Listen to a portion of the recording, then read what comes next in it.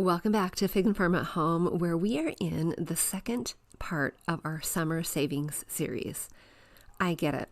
Home design can cost a lot. Decorating your home or following trends, which I don't necessarily recommend doing, but even making updates here and there. And we're not talking big picture updates. We're not talking renos or knocking down walls. We're just talking maybe updating the couch or the coffee table or painting the walls or adding the curtains or styling the bookshelves. All the fun things that really pull your room together. That's what we're talking about here, but that can cost a lot. This summer, I am spending a lot of time teaching you several different ways that you can do it on a budget. That is what Fig and Farm at Home is all about. If you missed last week's episode, I do want you to go back and listen to it. It is episode number 257, where I shared a little bit more about my story and how Fig and Farm at Home was born. And when you hear the intro to the podcast saying we're on a ramen eating Goodwill shopping budget, I'm not joking. It is the reality of our life and how I learned then and still apply these practices now, that design does not have to cost a lot. You can do it yourself. You can be resourceful. You can thrift things. You can get it secondhand. You can know where to shop that is not the high prices. And so that's what this summer is all about. So today, second part of the thrifting series. Last week, I mentioned why you should thrift, and also ways to do it really efficiently.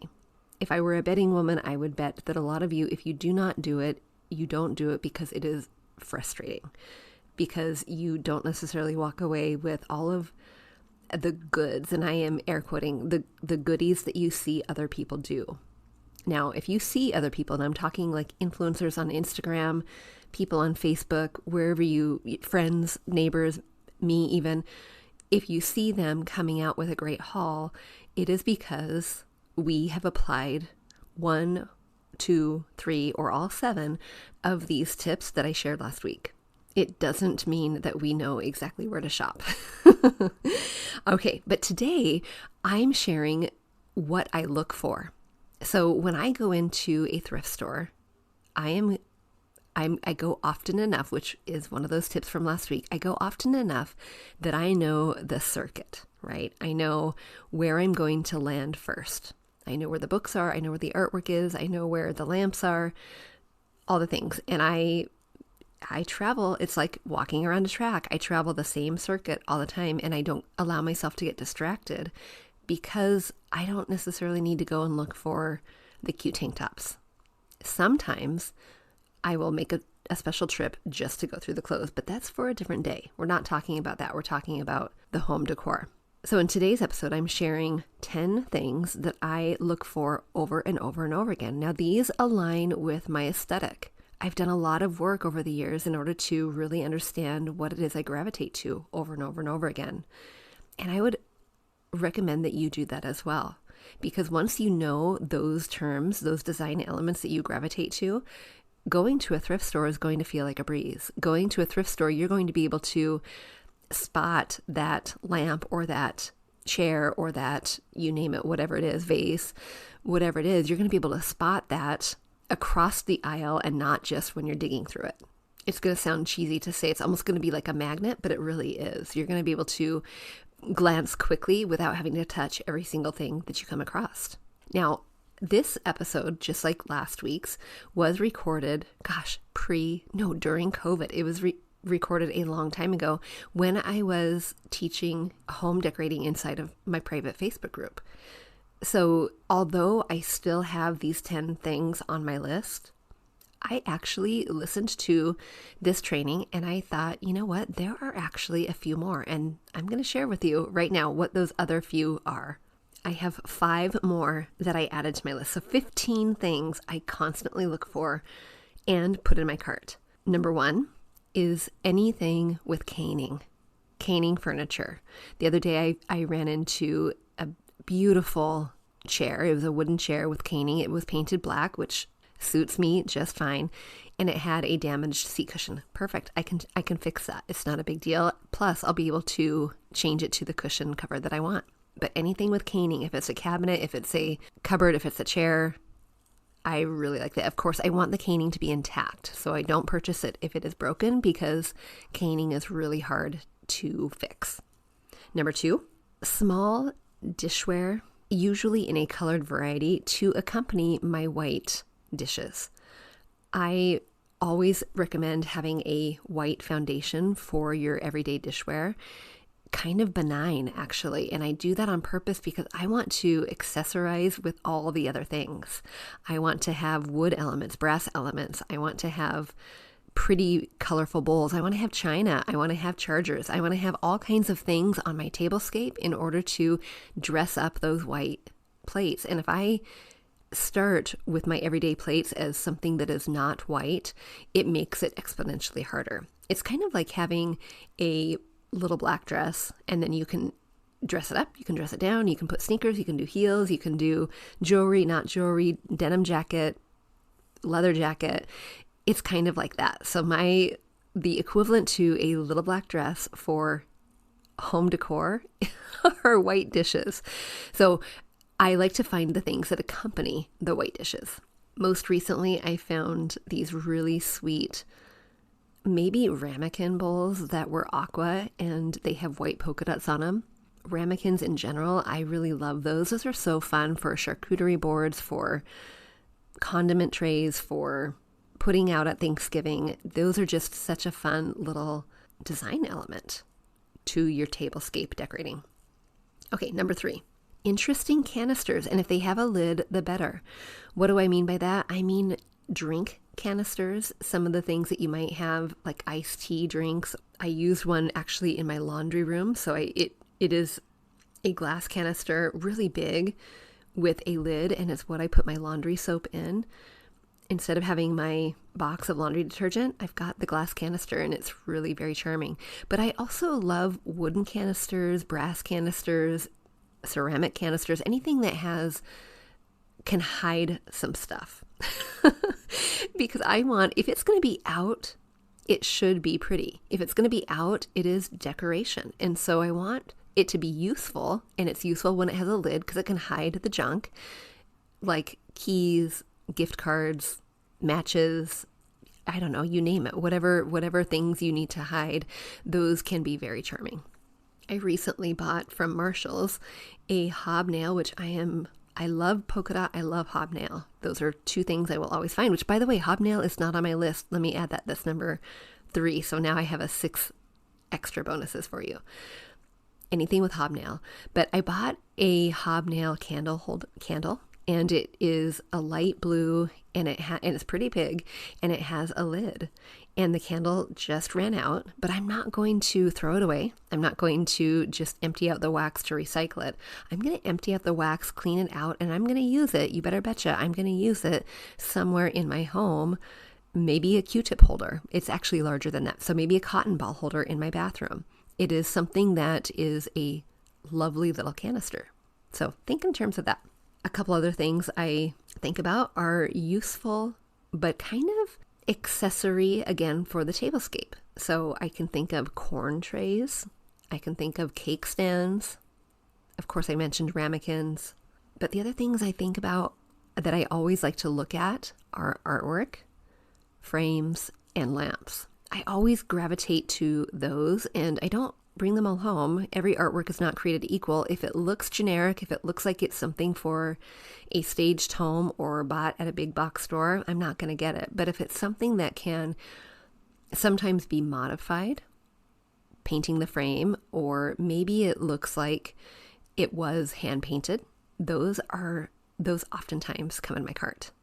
Lamps, I'm not necessarily discouraged if it has an old cord, because I know that there are lamp kits that I can replace that if I want to, but I'm looking for interesting lamps that I'm not going to find at Target or Home Goods. I'm looking for something that is just a little bit different that my next door neighbor is not going to have.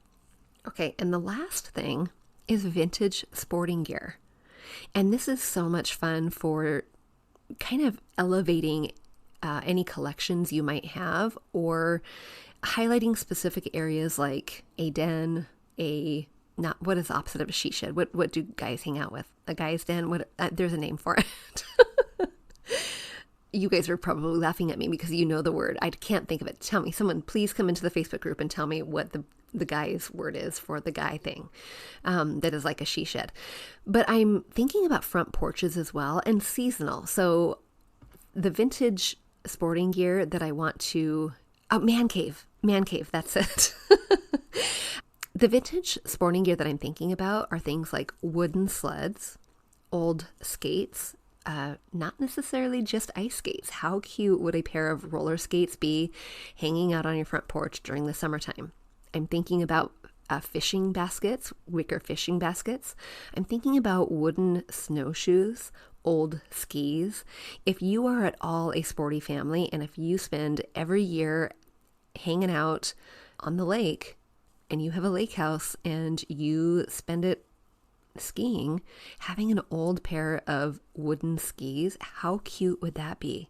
And maybe it's not a lake house, maybe it's your cabin, maybe it is your home, and you just love doing these things. That can tell a really lovely story. Some of that old, what I would consider vintage sporting gear, would include thermoses, would include Pendleton blankets, those kinds of things. Okay, I'm giving you plenty of things to look out for. I do want you to listen to the rest of the show so that you can hear the other 10 things that are always on my list. And then I want to hear yours. So come into the Facebook group at bit.ly/design101 group and share with us the things that you are always on the lookout for. And bonus if you can share a picture, because we are all loving seeing the collections.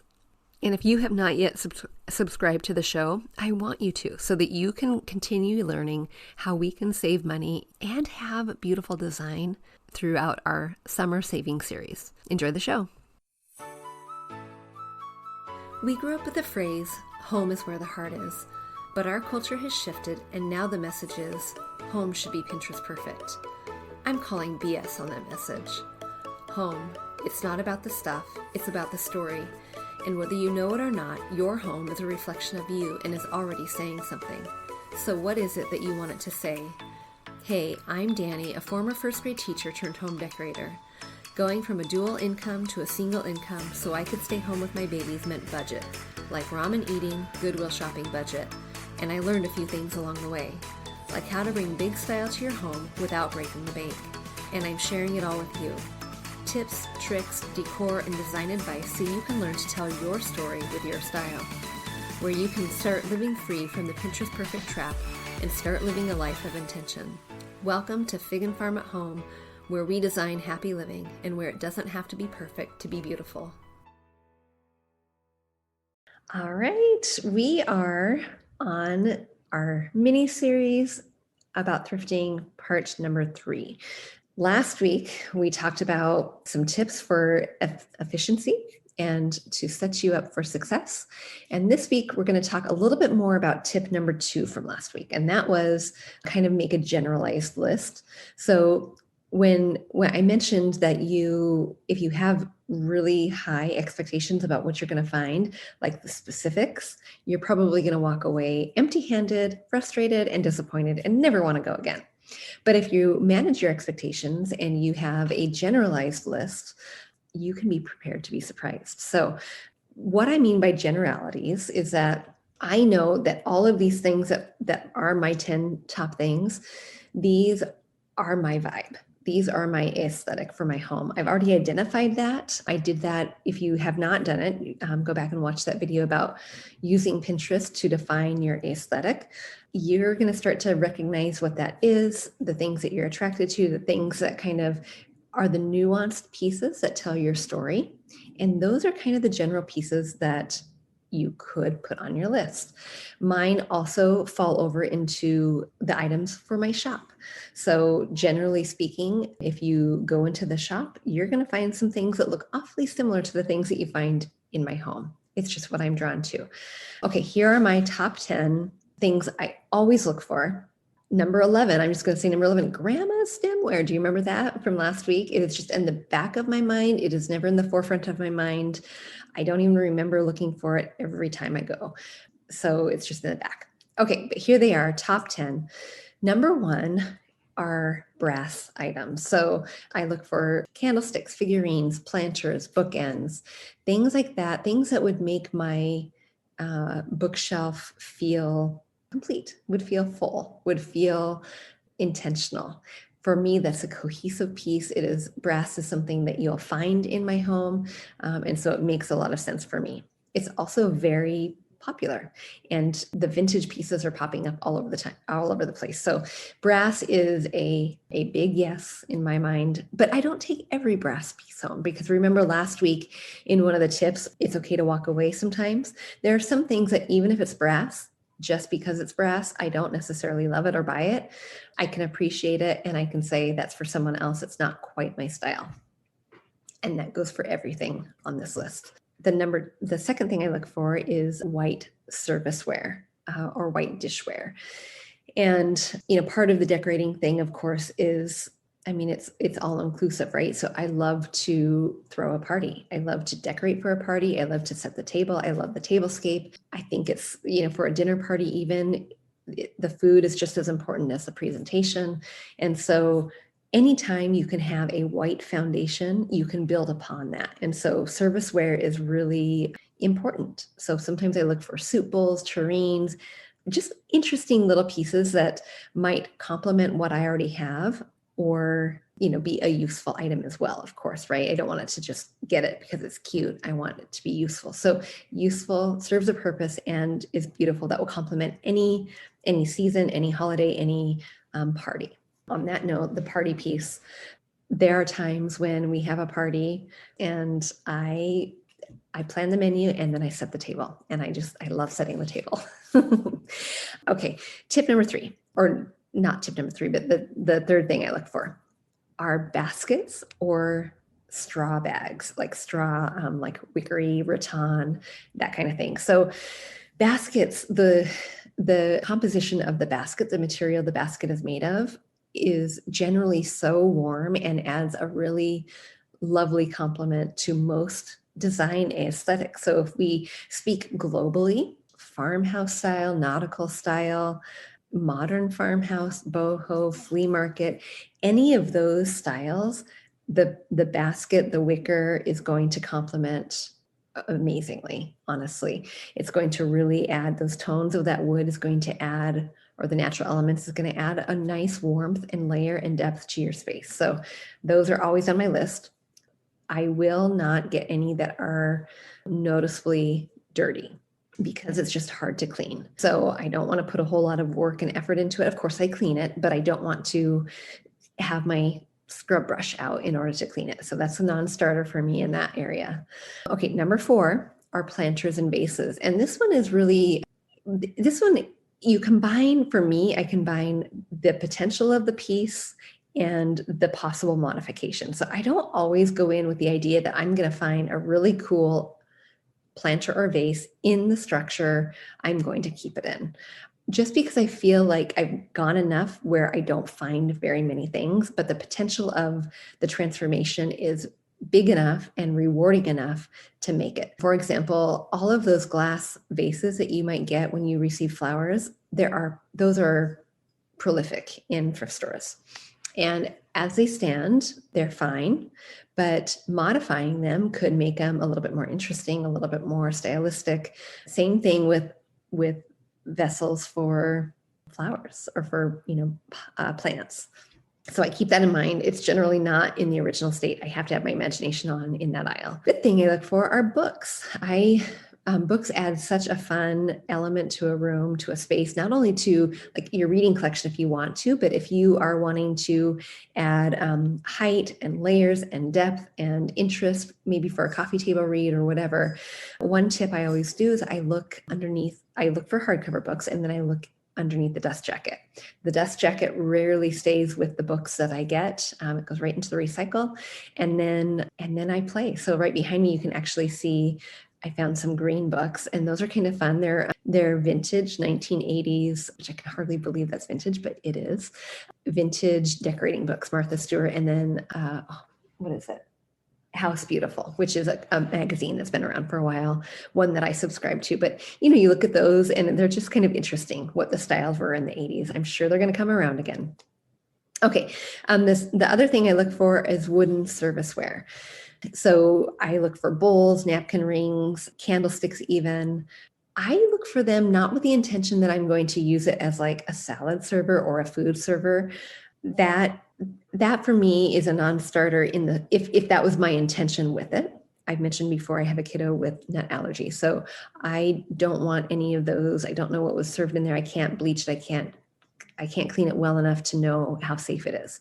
But can you reimagine bowls in other ways? Can they be catch-alls on your credenza? Can they be an entryway key basket? Can they be pretty little bowls to sit on your bookshelf or your coffee table? They can, and they're so much fun when you use them that way because the tone of the wood is very similar to the basket. They add a lot of warmth, layers, depth, character to your space that just kind of complete it. They elevate your look just a little bit more. The seventh thing I look for is glassware, the stemware, grandma's grandma's wine glasses, but not just that specifically. I love vintage glasses, and the etching on it. Sometimes the stamped on top, I think can be really sweet. Not always. Some, they've been put through the wash too many times and they're kind of ruined or whatever. But the gold lined tumblers look so pretty on a bar cart, or the etched glass look with the pedestal look amazing on the dining room table, that kind of thing. So I do keep my eye out. That one's one of those elusive ones. I don't find things as often as I would like. The next thing I look for is the trending color or design element of the season. So something that I might be interested in trying, but I don't want to spend a whole lot of money on. So we talked about earlier this year, we talked about having, yellow and gray were Pantone's colors of the year, and they're really together. They're interesting, but yellow by itself is a little woo. But I'll try it, and I'm happy to try it, and I think it's so much fun. But I want to try it in a non-committal way, in a way that's just a little bit fun and playful, but it's not going to be. I'm not going to be spending a lot of money doing it. So maybe I'll look in the textiles. Maybe I'll look in the blanket area. Maybe I'll look in the curtain area, and I can take some of those fabrics and I can recreate it into a pillow, or I can cut down a shower curtain or a curtain, and I can make table linens like napkins, for example.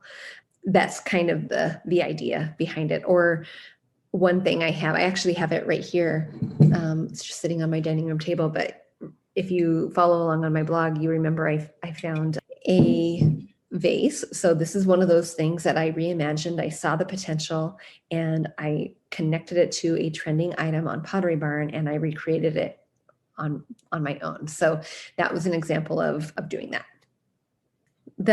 Another thing that I wish I would have put on my list years and years ago, it would have saved me a lot of crafting time, but it's party supplies. And I have been so pleasantly surprised by the amount of party supplies that you can get in the original packaging when you're on the hunt for them. So maybe bag stuffers even, or like wrapping ware, ribbon, bows, that kind of thing. But, if you're decorating, if you're having a thematic party and you need paper flamingos, but they're $15 in the store, you can buy them for $1 at the thrift store, for example. You can amplify your party decorations. And of course, you already know I love to have a fun partyscape. So I wish I would have done that years ago, because I spent a lot of time crafting all these things because I wasn't going to pay original price.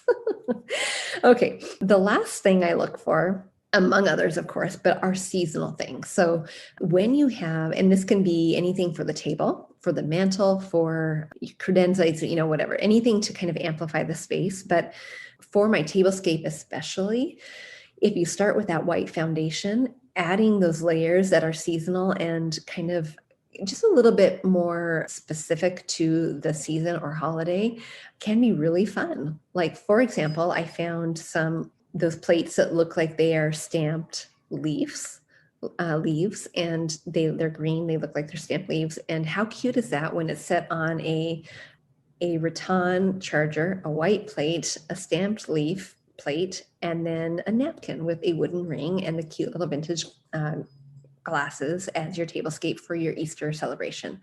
Things like that. So it just kind of amplifies the look without breaking the bank. And if in 5 years you're ready to move on, you don't host Easter anymore, whatever, you can donate them again and let someone else get life out of them. So those are my 10 top things, my general things I'm looking for, always with the expectation that they are low. I might not find any one of these items when I go, but I'm going frequently enough that I might, and I am prepared to be surprised. So those are my top 10. I want to know what your top 2 are. You can tell me all 10, but tell me what your top 2 things are that you look for every time you go thrifting.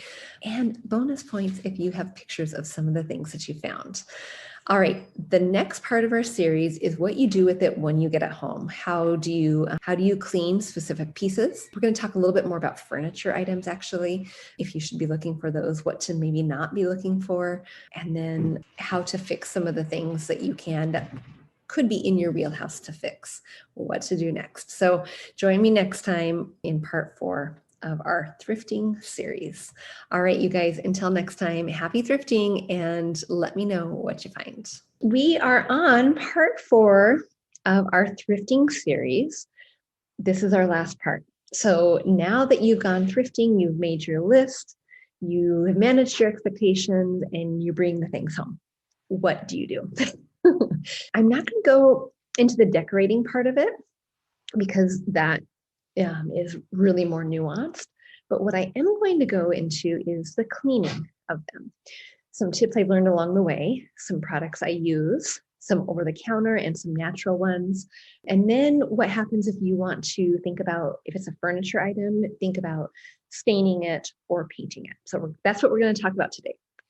So if your items, no matter what it is that you bring home, and if it is not in an original package, or sometimes if it is, the first line of defense is to put it in the dishwasher or put it in the washing machine if you can. If you can't, good old-fashioned bucket of soap and water and an old rag is going to do wonders. That is always my very first approach to everything. Having on hand an old toothbrush, a scrub brush, a Brillo pad, rags, of course, those are going to be helpful in your cleaning endeavors. After you've done that and you still see maybe some things that might be a little bit stainy or smelly or whatever, here are some products I use. Murphy's oil soap is a good one to have on hand for natural materials, wickers, woods, that kind of thing. Barkeeper's Friend is something I have on hand for like ceramics, metals, that kind of thing. And then vinegar, baking soda, those are things that I always keep on hand. Vinegar and water is what I use to clean glass.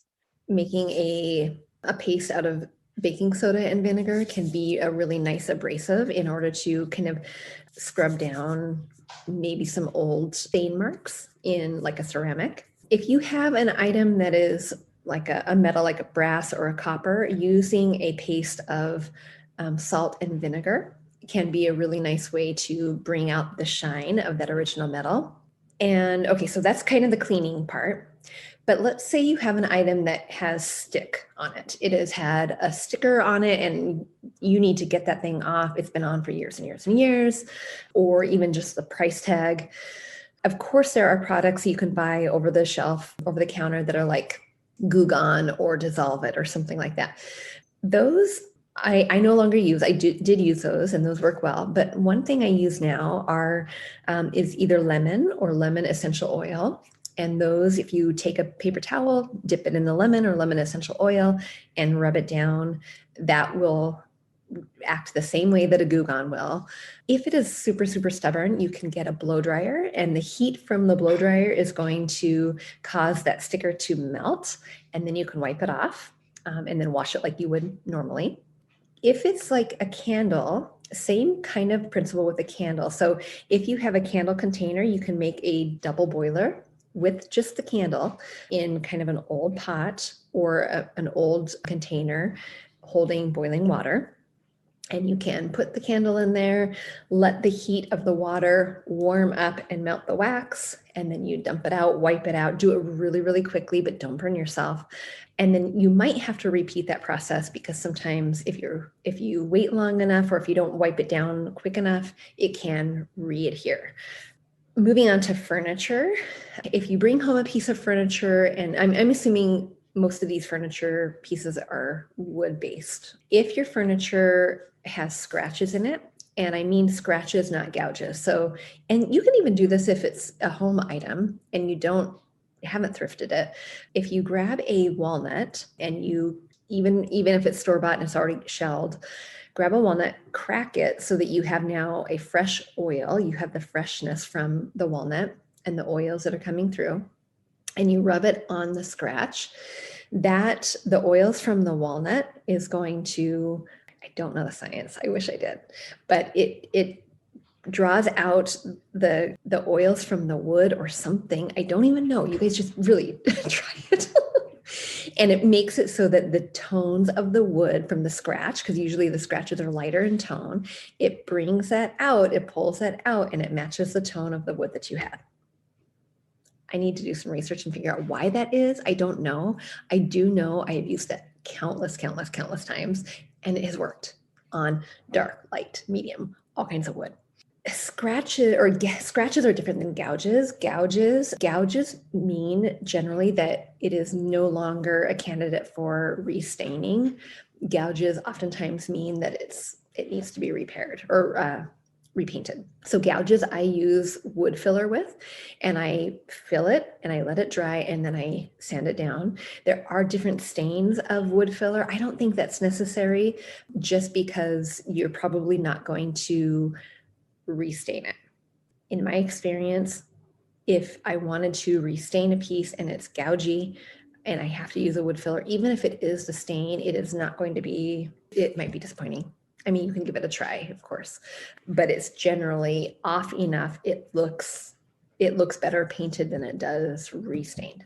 Okay, if you have a water stain on a piece of wood, you can get that out by the steam of an iron, and you want to take a damp, not completely wet, but a damp old knit cotton t-shirt, and you want to lay that down, double layer, lay that down on top of the surface where the stain is, and then take a thin layer of like terry cloth or another type of fabric, put it on top of that, and then just gently iron on low heat. Sometimes you have to start on low, and then sometimes you have to raise your heat a little bit, and that warmth will raise the stain.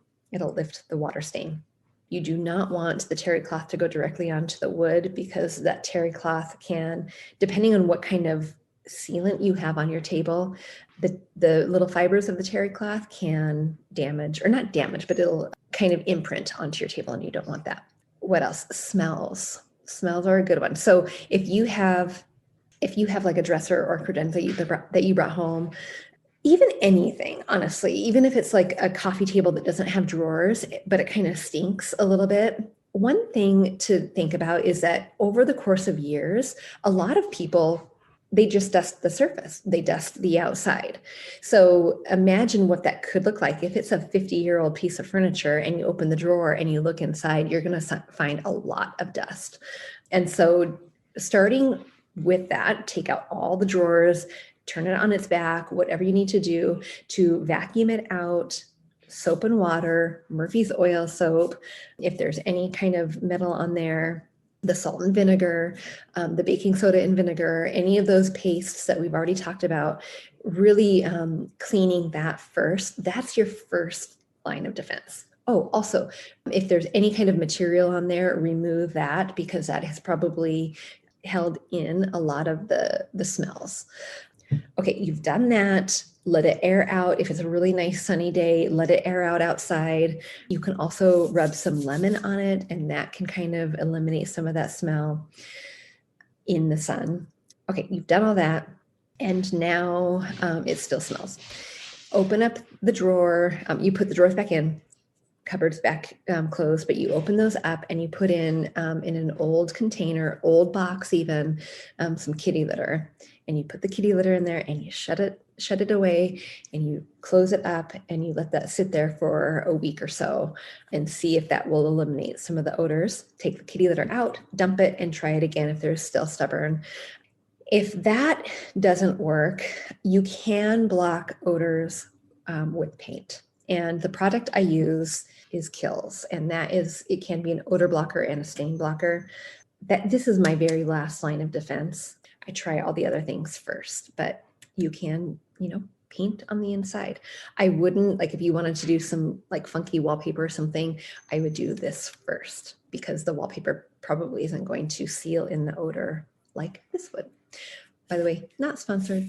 Okay, so now you have those furniture pieces and everything is clean and wonderful, but you maybe want it to look a little bit different.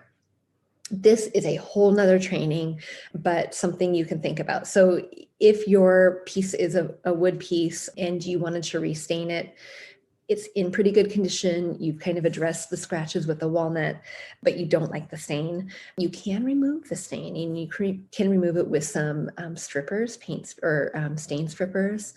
Those are really, really harsh. They're really chemically. They smell really bad. You have to have lots of ventilation. Here's a new product. I'm going to try it. I've only used the strippers once and I did not like it enough that I said, I'm not going to do it again. And it was so much work. You have to scrape. Okay. This one, fingers crossed. I'm going to keep you posted. This is new to me. It's by the Milk Paint Company. I think that's really what it's called, Milk Paint. And it's soy gel. Basically it's paint and urethane stripper. And you paint it on and then you let it sit for a little bit and it's like a gel and it wipes off. I like that. That feels easy. It's also low VOCs. And I know VOCs are that chemically smell. They're all the chemicals that are in the product. It's like what is when you're painting your walls in your home and you have to open up all the windows. That's what VOCs are. It's not fun to breathe. So this says, and I quote, not really, you can do this inside your home with your babies right there. I won't do that, but I'll keep you posted to let you know how that works and let you know if it's a good idea.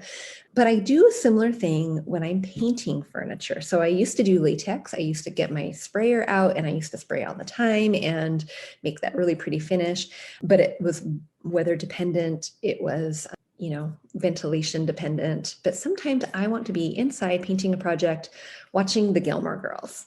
And so I use this. This is chalk paint. It's Annie Sloan chalk paint. We do sell this at the shop that I sell my stuff at down in Sumner, Barrow Nightingale. So you can always get it there. You can get it online too, but I like this because I literally can and have done it during the middle of winter inside of the home where I've just laid down a tarp and, done it there.